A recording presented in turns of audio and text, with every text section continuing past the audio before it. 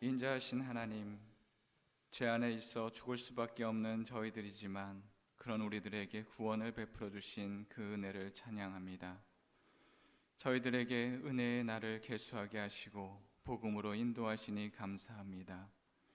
세상의 유혹과 그런 시험들을 통하여서 우리의 믿음을 시험할지라도 온전히 복음의 십자가만을 온전히 붙잡을 수 있는 저희들이 되게 하여 주시옵소서.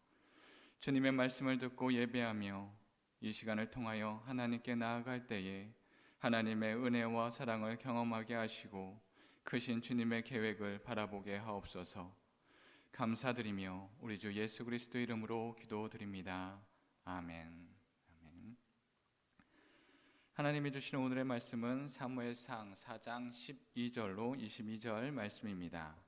사무엘상 4장 12절로 22절 말씀입니다.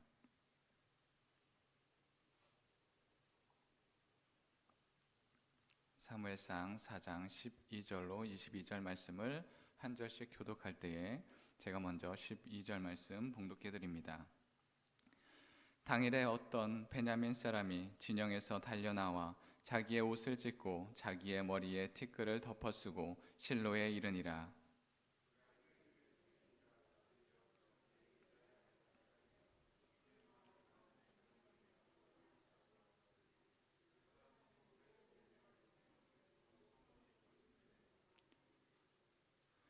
엘리가 그 부르짖는 소리를 듣고 이르되 이 떠드는 소리는 어찌 됨이냐.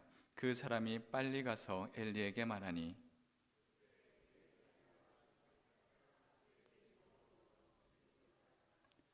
그 사람이 엘리에게 말하되 나는 진중에서 나온 자라.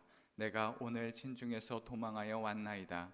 엘리가 이르되 내 아들아 일이 어떻게 되었느냐.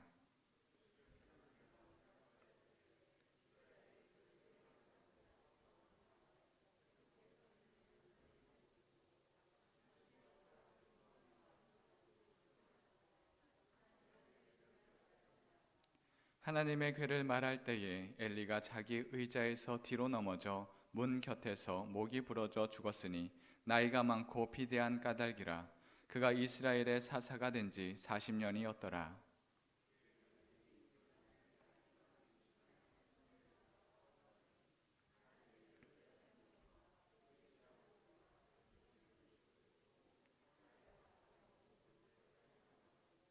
죽어갈 때에 곁에 서 있던 여인들이 그에게 이르되 두려워하지 말라. 내가 아들을 낳았다 하되 그가 대답하지도 아니하며 관념하지도 아니하고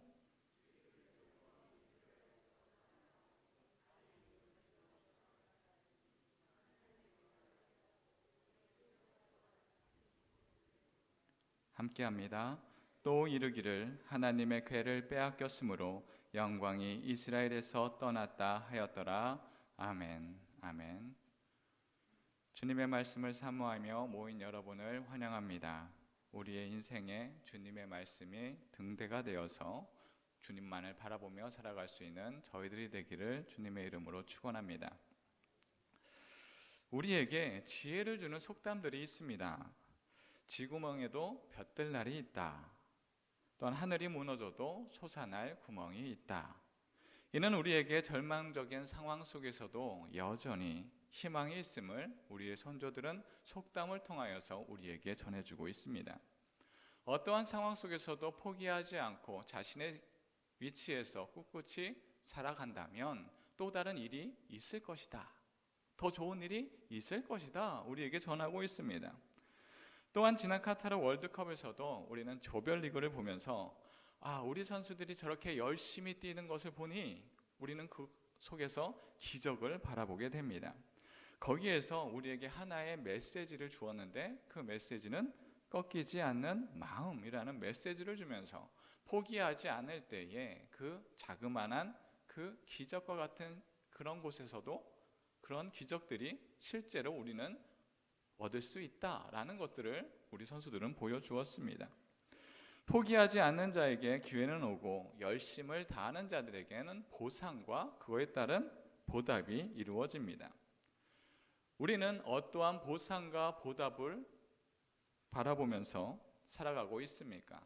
그러한 보상과 보답을 바라볼 때 삶의 자세는 다르게 됩니다. 우리의 하나님의 사람들은 세상이 이야기하는 보상과 보답이 아닌 하나님이 말씀하신 하늘의 소망을 붙들며 살아가기를 원합니다. 온전히 주님의 이름으로 나아갈 때 우리는 소망의 사람이요 하늘의 사람으로 이 세상을 살아갈 것입니다. 사무엘상은 사사기와 왕정 사이, 그 사이에 위치하고 있습니다. 사사기의 정치는 사사들이 지파 단위로 지파들을 이끌었고, 또한 그 정치 체계를 통하여서 그 지파들을 이끌어 나아갔는데, 지파에 혹은 나라에 커다란 위기가 있으면 모든 지파를 모아놓고 힘을 하나로 합하여 다른 나라를, 적대시하는 나라를 상대하여 쳐들어갔습니다. 그러나 에게 지역에 블레셋이라는 강력한 적대자가 발생하였고, 에게에서 내륙으로 세력을 점차 확장하며 이스라엘 백성들에게 커다란 위협이 되고 있습니다. 그리하여 시대적인 필요에 따라 중앙 집중적인 새로운 정치 체계가 필요로 하였습니다. 시대적인 요구에 따라 하나님의 언약은 잊혀지고 믿음은 점차 도구화되고 있습니다. 이러한 상황 속에 블레셋과는 피할 수 없는 전쟁이 발발합니다. 블레셋의 강함 속에 이스라엘은 할 수 있는 것이 별로 없습니다. 전쟁 속에서 블레셋을 이기기는 참으로 어려웠습니다. 이때 하나님의 능력을 필요로 하는 이스라엘 백성이 하나님의 언약궤를 전쟁에 앞장 세우며 국가의 모든 힘을 집중하는 전쟁에 돌입합니다. 하나님이 참여하는 전쟁에서 모든 것을 거는 국가적인 존망을 거는 전쟁을 수행하는 찰나입니다. 그리고 그 전쟁의 결과를 기다리는 제사장이 있었으니 오늘의 말씀에 엘리 제사장입니다. 오늘의 말씀을 공동 번역으로 제가 읽겠습니다. 그날 베냐민 사람 하나가 싸움터에서 빠져나와 실로로 달려왔다. 옷은 갈갈이 찢기고 머리에는 흙을 뒤집어 쓴 채 그가 다다랐을 때 엘리는 하나님의 궤가 걱정이 되어 성문 곁 의자에 앉아 소식을 기다리고 있었다. 그 사람이 성 안에 들어와 전쟁 소식을 전하자 온 성민이 울부짖었다. 그 아우성 소리를 듣고 엘리가 어찌하여 이렇게 소란스럽으냐고 묻자 그 사람이 급히 엘리 앞에 나와 소식을 전하였다. 엘리는 나이가 98세나 되었으므로 눈이 어두워 앞을 보지 못하였다. 그 사람이 엘리에게 저는 싸움터에서 왔습니다. 지금 막 싸움터에서 뛰어오는 길입니다 하고 말하자 엘리는 그래 어떻더냐 하고 물었다. 이스라엘 군은 많은 전사자를 내고 블레셋 군에게 쫓겨 뿔뿔이 도망치고 말았습니다. 사제님의 두 아들 홈니와 비느하스도 죽고 하나님의 궤도 빼앗겼습니다. 전령이 이렇게 대답하자 성문 곁 의자에 앉아있던 엘리는 하나님의 궤를 빼앗겼다는 말에 그만 뒤로 넘어져 목이 부러져 죽었다. 그는 늙어 몸이 무거웠던 것이다. 이리하여 40년 동안 이스라엘을 영도한 그의 생애는 끝났다. 그의 며느리 비느하스의 아내는 임신 중이었는데 해산할 날이 다 되어 하나님의 궤를 빼앗긴 데다가 시아버지와 남편마저 죽었다는 소식을 듣자 갑자기 진통이 오는 바람에 웅크린 채 몸을 풀었다.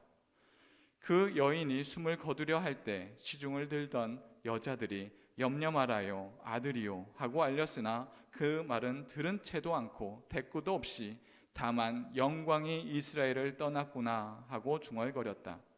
그리고 그 아이의 이름을 이가봇이라 하였다. 하나님의 궤는 빼앗기고 시아버지와 남편은 죽었다고 해서 그렇게 말하였던 것이다. 그는 하나님의 궤를 빼앗겼으니 이제 영광은 이스라엘을 떠났다 하고 말하였다. 사람들은 미래를 바라보며 자신의 삶에 대한 희망을 꿈꿉니다. 그러나 사람의 인생을 돌아보면 그들의 예상은 대부분 빗나가고 예기치 못했던 일로 인하여서 당황하며 앞에 있는 일들을 해치우며 급급하며 살아갑니다. 사람은 만물의 영장이라 말하며 세상을 다스린다 하지만 자신의 앞날도 알지 못하는 무지에 속해 있는 것들이 바로 우리들 인간입니다. 4차 산업이다 AI의 미래의 사회를 바라보더라도 갑자기 일어나는 지진 앞에 인간의 무력함을 우리는 다시 발견합니다. 사람은 앞날을 알지 못하기에 그의 인생은 모래 속에 바늘을 찾는 것과 같이, 장님이 또 다른 사람들을 인도하는 것과 같이 매일 틀리고 넘어지고 좌충우돌하는 인생입니다. 사람은 무엇으로 삽니까? 긍정적인 일을 생각하며 살지만 인간은 한 치 앞도 알지 못하는 자들입니다. 그렇다면 나의 힘으로, 나의 능력으로 살아갈 수 있습니까? 아무리 능력이 있다 할지라도 유한한 인간은 분명한 한계가 드러납니다. 말씀은 그런 사람에게 우리의 인간은 또 다른 미래가 있다 우리에게 말씀하고 있습니다. 요한복음 3장 16절 말씀입니다. 하나님이 세상을 이처럼 사랑하사 독생자를 주셨으니 이는 그를 믿는 자마다 멸망하지 않고 영생을 얻게 하려 하심이라. 아멘. 사람은 개인의 능력과 힘이 아닌 주님이 예비하신 미래를 바라보며 살아야 합니다. 사람의 일은 결국 죽음과 멸망으로 인도하지만 하나님이 인도하시는 그 세상은, 하나님의 백성은 영원한 생명으로 나아가는 것입니다. 사람은 하나님이 주시는 소망으로 살아야 합니다. 소망이 없는 세상의 문화와 정치 형태는 우리에게 지금 살아 나아가는 것 어쩔 수 없이 선택해야 한다 우리에게 강요하지만, 그러한 강요는 우리의 인생도 우리의 믿음도 모든 것도 다 잃어버리게 됩니다. 하나님의 백성은 하늘에 소망하며 주님의 말씀으로 살아가는 저희들이 되어야 합니다. 오늘의 말씀 13절 말씀입니다. 그가 이를 때는 엘리가 길 옆 자기의 의자에 앉아 기다리며 그의 마음이 하나님의 괴로 말미암아 떨릴 즈음이라. 그 사람이 성읍에 들어오며 알림에 온 성읍이 부르짖는지라. 엘리 제사장은 전쟁의 승패와 언약궤가 어찌 되었는지 두려움과 떨림 속에 있습니다. 하나님의 언약궤가 어떻게 되어 있어야 되는지, 또한 어떻게 되었는지 엘리 제사장은 걱정하고 있습니다. 그런데 하나님의 언약궤가 있어야 하는 장소가 어디입니까? 오늘의 말씀에 하나님의 언약궤는 전쟁의 자리에 놓여져 있습니다. 그러나 하나님의 언약궤는 전쟁의 자리 혹은 길가 혹은 외부에 나와 있으면 안 됩니다. 하나님의 언약궤가 있어야 하는 곳은 성막입니다. 거기에서도 바로 가장 깊숙한 곳인 지성소 안에 있어야 합니다. 그러나 이러한 상황 속에서, 전쟁의 상황 속에서 언약궤는 가장 앞에 놓여져 있었습니다. 블레셋과의 전쟁은 이스라엘 백성이 감당할 수 없는 너무나 커다란 위협이었습니다. 블레셋 사람들은 전쟁에 능하였고 이스라엘 백성들은 그들 앞에 전쟁에서 승리할 힘이 없었습니다. 그렇다고 방법이 아예 없던 것은 아니었습니다. 이스라엘 백성은 과거 전쟁에서 승리한 기억이 있습니다. 하나님이 함께 하시니 애굽이라는 강대국도 어찌할 바를 몰랐던 과거가 기억납니다. 그렇게 커다란 나라도 굴복하였고 하나님이 함께 하시니 홍해 바다도 갈라졌습니다. 아무것도 먹을 것이 없는 광야길에서도 먹을 것이 주어졌습니다. 그저 피난민과 같이 광야길을 걸었던 그 자들이 전쟁을 하면 전쟁하는 족족이 승리하게 되었습니다. 하나님이 함께하는 전쟁은 언제나 승리입니다. 심지어 큰 성이었던 여리고 성은 칼을 들지 않고서도 그 성이 무너졌습니다. 이 기적의 소문을 들었던 가나안의 백성들은, 가나안의 많은 사람들은 이스라엘 백성이다, 이스라엘 사람들이다 라는 소문만으로도 벌벌벌벌 떨었습니다. 그리하여 전쟁을 하지 않고도 항복을 받아내기도 하였습니다. 이스라엘 백성은 하나님이 함께하는 전쟁, 그것을 알고 있습니다. 블레셋과의 전쟁에도 과거와 같은 하나님의 능력이 필요하였습니다. 자신의 안에서는 나타나올 수 없으니 하나님의 능력이 그들 앞에 있기를 원하였습니다. 그리하여 이스라엘 백성은 언약궤를 가지고 전쟁으로 나감을 통하여서 여리고 전쟁에서 승리하였던 그 승리를 다시 한번 재현하고 싶었습니다. 이스라엘 백성들의 계획은 승리를 그리고 있었으나 여리고의 전쟁과 블레셋과의 전쟁은 커다란 차이점이 있습니다. 여리고 전쟁은 하나님의 명령하에 하나님의 군대 대장이 이끌었습니다. 그러나 블레셋 전쟁에서 하나님의 궤를 가져간 것은 하나님의 뜻이 아니었습니다.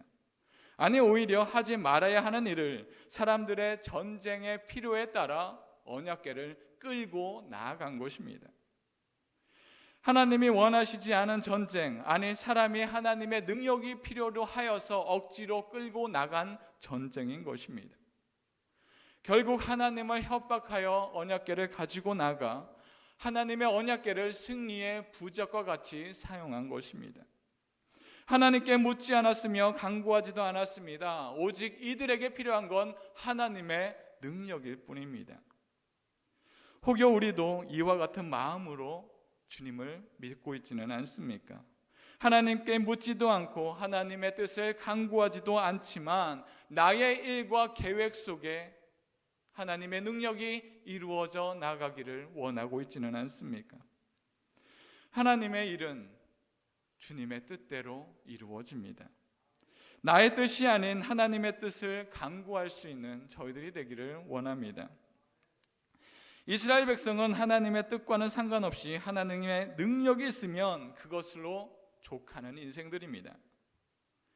이것이 잘못된 것임을 직감한 자가 있으니 바로 엘리 제사장입니다. 하나님의 영이 함께하는 그러한 능력에 있는 사람은 아니었으나 하나님의 말씀이 어떠한지는 알고 있었던 자입니다. 엘리는 사무엘의 신앙을 이끌기도 하였습니다. 그러나 하나님의 뜻을 온전히 바라보지는 못하였습니다. 그리하여 그의 자녀들을 하나님의 온전한 제사장으로 이끌지 못하였습니다. 엘리 제사장의 판단으로는 전쟁에 하나님의 궤를 끌고 나가면 안 됐습니다. 그러나 이스라엘 백성들의 필요와 하나님의 뜻을 알지 못하는 엘리 제사장의 자녀들의 설득에 반발하지 못하였습니다. 그들을 설득하지 못하였습니다. 엘리 제사장은 늙어버렸고 하나님의 뜻도 확신할 수 없으며 아들들도 이스라엘 백성들도 그의 말을 수용하지 않았습니다. 결국 그가 할 수 있는 일은 이것이 정말 하나님의 일인가, 하나님이 원하시는 것인가 알지 못한 채 그들의 말을 수용하는 것뿐이었습니다. 결국 언약궤를 내어주고 엘리 제사장은 노심초사하는 것밖에 그가 할 수 있는 것이 없었습니다. 심리학 실험이 하나 있습니다. 도덕성에 관련된 실험이 있습니다. 아이들을 두 부류로 나눴습니다. 한쪽에는 도덕성 지수가 높은 부류, 한쪽은 도덕성 지수가 평균인 그런 부류, 두 부류로 6명씩 나누었습니다. 그리고 실험을 하는데 탁구공을 어느 한 지점에서 한 6m 정도 떨어진 지점까지 옮기는 것입니다. 그것을 옮기는 것은, 탁구공을 옮기는 것은 동그란 파이프를 절반으로 자르는 반원 정도에 되는 파이프가 한 50cm 길이가 된 것을 6명이 차례대로 그것을 이어서 파이프 안에 이어서 나아가서 결승 바구니에 옮겨 놓는 것입니다. 그러나 이 탁구공은 멈춰서는 안 됩니다. 파이프 안에서 멈추거나 혹은 떨어뜨리거나 그 파이프를 들고 있다가 탁구공이 손에 걸리면 출발점으로 다시금 되돌아가야 합니다. 시간은 5분입니다. 또한 그들을 관리할 볼 선생님은 시작 시간만 알려주고 퇴장해 버립니다. 감시할 선생님은 없습니다. 먼저 도덕성 지수가 높은 아이들이 시작을 합니다. 시작을 하니 이 아이들은 이내 탁구공이 손에 걸립니다. 또한 탁구공이 바닥에 떨어집니다. 도덕성이 높은 이 팀은 금방 중단하고 내 손에 닿았다 하며 다시금 처음으로 되돌아갑니다. 누군가 속인다고 하여도 아무도 제지할 방법이 없지만 그 아이들은 자신의 양심의 가책에 따라 내 손에 걸렸어, 땅에 떨어뜨렸어, 혹은 바구니에서 튀어나왔어 하면서 그 실험을 계속 이어서 갑니다. 결국 5분의 시간 동안 탁구공 운반은 한 개에 그칩니다. 그러나 그 한 개가 들어갔을 때, 또한 시간이 다 닿았을 때 우리는 한 개를 성공했다며 모두가 신나하였습니다. 그리고 도덕성이 평균인 팀이 시작되었습니다. 그것을 볼 사람은 아무도 없습니다. 똑같이 시작하였습니다. 결론은 7개의 탁구공을 성공하였습니다. 하지만 반칙은 무수히 많이 하였습니다. 탁구공이 멈췄음에도 아무도 보지 않는다고 하여 그냥 진행합니다. 손에 건드렸음에도 불구하고 난 건드리지 않았다 하며 진행을 합니다. 바구니에 맞고 튀어나왔음에도 이건 안에 들어간 거야 하며 튀어나온 탁구공을 다시금 그 안에 집어넣습니다. 시간이 다 되어 선생님이 와서 물어봅니다. 너희들은 얼마만큼 성공을 했니? 모두가 이야기합니다. 7개 성공했습니다. 그렇게 7개 성공한 아이들은 많이 성공했다고 기뻐했을까요? 그렇지 않습니다. 7개 성공했습니다 하고 어느 누구도 그렇게 신나하지 않았습니다. 오히려 1개 성공했던 그 아이들이 이긴 것처럼 더욱더 신나하였습니다. 그렇다면 도덕성이 높은 사람들이 함께 모이면 무조건 그들 안에 선한 행동이 일어날 것인가? 여기에는 또 한 가지 실험을 하였습니다. 여기에는 한 선생님이 나옵니다. 그리고 아이는 한 명이 있습니다. 그 아이에게 이렇게 이야기합니다. 이 사진은 딱 한 개밖에 없는 귀중한 사진이다. 이 아이는 사진을 조심스럽게 바라봅니다. 그리고 선생님은 이내 이야기합니다. 이 사진을 찢으렴. 아이는 이 사진을 바라보면서 어찌할 줄을 모릅니다. 하나밖에 없는 누군가의 사진. 내 것은 아니지만 이것이 누군가에게는 소중한 사진일 텐데 당황해합니다. 그러나 눈앞에 선생님이 찢으라 하니 그는 당황해하지만 이내 그 사진을 찢어버립니다. 결국 나의 생각과 판단이 아닌 나보다 더 어른인 혹은 선생님인 그 사람의 이야기가 있으니 그는 자신의 판단은 무시하고 앞에 있는 권위 있는 사람의 말을 그냥 들은 것입니다. 결국 다른 사람의 말에 통제 안에 들어가 버리는 것입니다. 바로 이렇게 자신의 생각과 뜻을 온전히 펼치지 못하고 다른 사람의 생각에 휩쓸린 자가 있습니다. 바로 엘리 제사장이 그러하였습니다. 하나님의 말씀을 온전한 유일한 권위로 인정하고 따라야 하지만 사람들의 말에 또한 승리의 열망에 그의 생각은 무너져 버립니다. 하나님의 말씀이 아닌 바로 승리가 전쟁에서 이기는 것이 더욱더 앞서 왔던 것입니다. 결국 자신은 나이가 늙었으니 새 시대는 자녀들에게 그 권력을 넘겨주어야 한다. 또한 승리를 해야만 우리의 자녀들이 살아갈 수 있는 것 아닌가, 그러한 말에 결국 엘리는 굴복해 버립니다. 그리고 이 전쟁을 승리할 수 있지는 않을까 하며 노심초사하고 있습니다.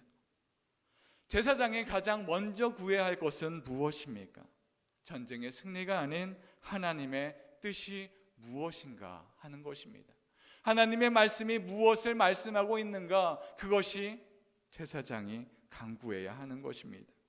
그러나 엘리는 주위의 시선과 전쟁에 이겨야 한다는 당위성 앞에 하나님의 뜻을 저버립니다.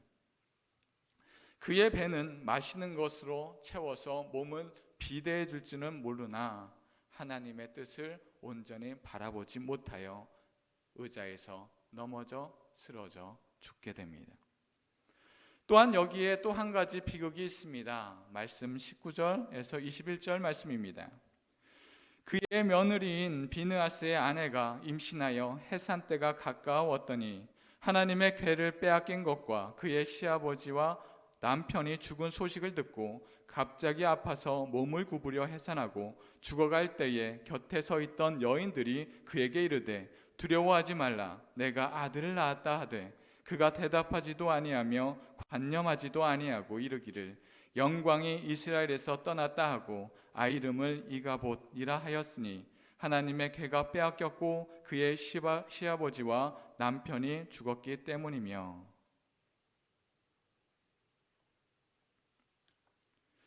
전쟁에 패한 소식과 언약궤를 빼앗겼으며 여기에서 또한 시아버지가 죽었다는 소식을 들었습니다. 이 소식을 듣고 며느리는 해산하기 시작합니다. 아이를 낳기 시작합니다. 그리하여 아이를 낳게 됩니다. 아이를 얻게 되는 기쁨, 그에게 이루어졌습니다. 그러나 그 기쁨은 기쁨이 되지 못하고 오히려 슬픔으로 변합니다. 하나님의 궤를 빼앗겼고 영광이 이스라엘을 빼앗겼기 때문에 내가 아들을 낳았다라는 기쁨이 되지 못합니다. 비느하스 아내가 아이를 해산하는 그 장면을 공동번역으로 다시 한번 읽겠습니다. 20절 21절입니다. 그 여인이 숨을 거두려 할 때 시중을 들던 여자들이 염려 말아요 아들이요 하고 알렸으나 그 말은 들은 채도 않고 대꾸도 없이 다만 영광이 이스라엘을 떠났구나 하고 중얼거렸다. 그리고 그 아기의 이름을 이가봇이라 하였다. 하나님의 궤를 빼앗기고 시아버지와 남편은 죽었다고 해서 그렇게 말하였던 것이다. 비느하스 아내가 아이를 낳았다가 죽었던 것이 아닙니다. 비느하스의 아내는 아이를 낳았기에 죽었던 것이 아니라 희망이 없었기 때문에 죽었습니다. 비느하스 아내는 아이를 키울 힘이 남아있지 않습니다. 이제 남은 건 자신과 갓 태어난 아이 둘뿐입니다. 그러나 남편과 시아버지의 죽음보다 이 비느하스 아내에게 더 큰 절망이 있었으니 그것은 언약궤가 빼앗겼다라는 것입니다. 하나님이 함께하는 이 이스라엘 백성들이 하나님의 언약궤가 없습니다. 더 이상 살 소망이 없었다라는 것입니다. 그 충격에 그는 하나님의 영광이 없어졌구나 하며 살 소망이 끊어져 버렸습니다. 비느하스 아내는 살 소망이 없어지고 그 생명의 끈을 놓아버린 것입니다. 우리는 어떠한 것에 살 소망을 놓아두고 살아가고 있습니까? 전쟁에 패하였고 하나님이 임재하시는 언약궤도 없습니다.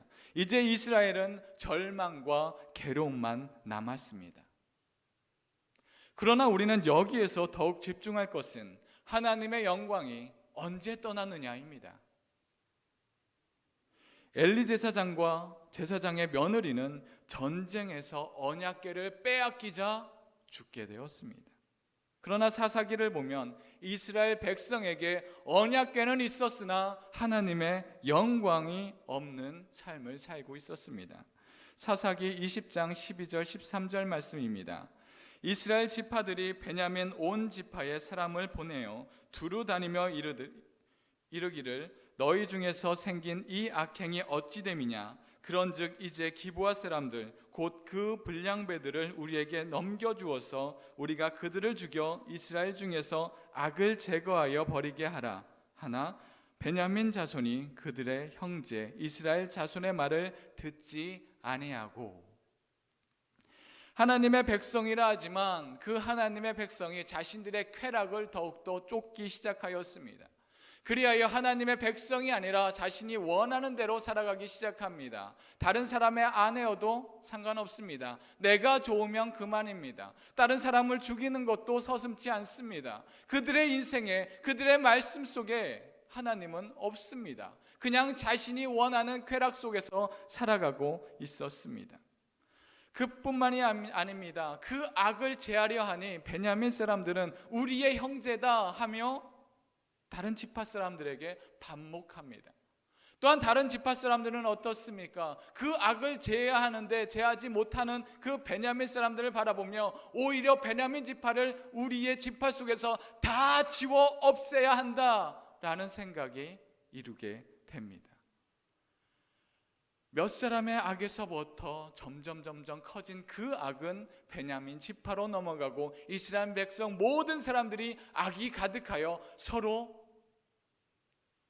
상대방을 바라보며 죽여야 한다 하며 이빨을 으르렁거리는 악에 가득하고 있습니다. 이러한 악이 사사기 시대 때만, 사사기 말기 시대 때만 있었을까요? 그렇지 않습니다. 바로 사무엘상 2장에도 이러한 일이 있습니다. 사무엘상 2장 12절 13절 말씀입니다. 엘리의 아들들은 행실이 나빠 여호와를 알지 못하더라. 그 제사장들이 백성에게 행하는 관습은 이러하니 곧 어떤 사람이 제사를 드리고 그 고기를 삶을 때에 제사장의 사환의 손에 새 살 갈고리를 가지고 와서 엘리의 아들들은 제사장의 몫을 하나님께 드리기도 전에 이것은 나의 것이다 하며 그 고기를 하나님께 드려야 하는 그 제단의 고기를 자신들이 먼저 쟁취하였다, 갈취하였다 하는 것입니다. 제사장이었지만 하나님보다 자신들이 우선입니다. 그러나 그들의 악은 여기에서 멈추지 않습니다. 사무엘상 2장 22절 말씀입니다. 엘리가 매우 늙었더니 그의 아들들이 온 이스라엘에게 행하여 모든 일과 회막문에서 수종드는 여인들과 동침하였음을 듣고 엘리는 그의 아들들의 악행을 들었습니다. 홈니와 비느하스 제사장, 그들은 제사장이었으나 하나님의 말씀을 믿지 않았습니다. 엘리는 이를 경고하였지만 홈니와 비느하스를 회심시키지는 못하였습니다. 이미 이들에게는 하나님의 영광이 없습니다. 심지어 엘리는 자신의 아들들이 하나님께 심판을 받을 것이다 직접적으로 들었으나 어떠한 것도 되돌리지 못합니다. 제사장의 타락은 온 이스라엘의 타락을 대변합니다. 하나님의 영광은 언제 떠났습니까? 우리의 상황을 보면서 하나님이 나와 함께하지 않음에, 나의 삶 속에, 나의 인생 속에 하나님의 능력이 나타나지 않음에 모든 것이 끝났습니다 하고 한탄하고 있지는 않습니까?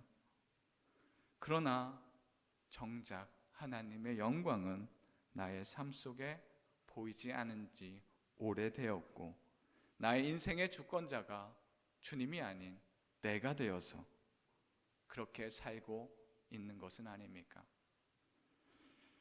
그러나 여전히 내 손에 성경책이 주어져 있다고, 내가 내 눈앞에 언약궤가 있다고, 내가 아직 교회를 다니고 있으니 나는 여전히 신앙이 좋다 하며 여기고 있지는 않습니까?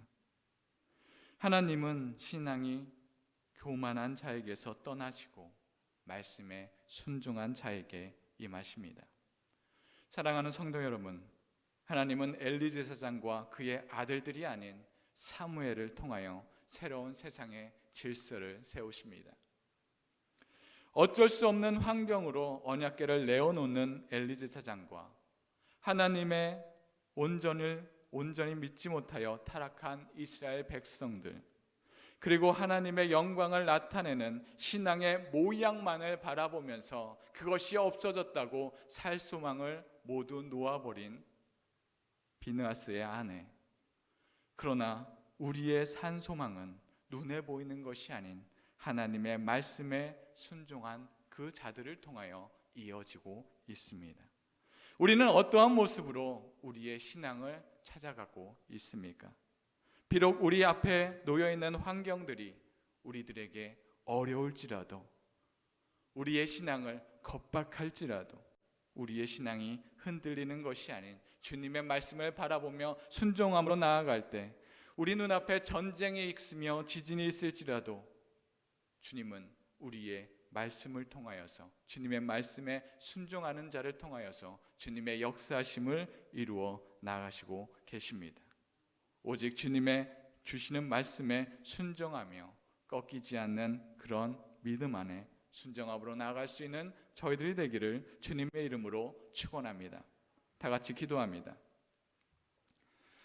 새로운 시대를 여시는 하나님, 희망이 없어 보이는 곳에서 소망을 주시고 구원을 주시는 주님, 주님의 한없는 은혜가 우리에게 부어지지만 우리의 시선이 나의 생활과 환경에 머물러 있어 악만 바라보고 있는 것은 아닙니까?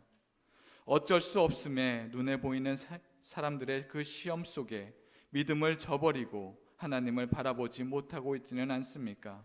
주님, 하나님을 온전히 바라보게 하시어 나의 능력이 아닌 주님의 복음에 순종하게 하여 새 희망을 바라보는 저희들이 되게 하여 주시옵소서.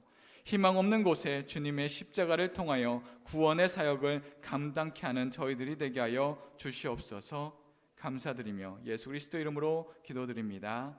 아멘.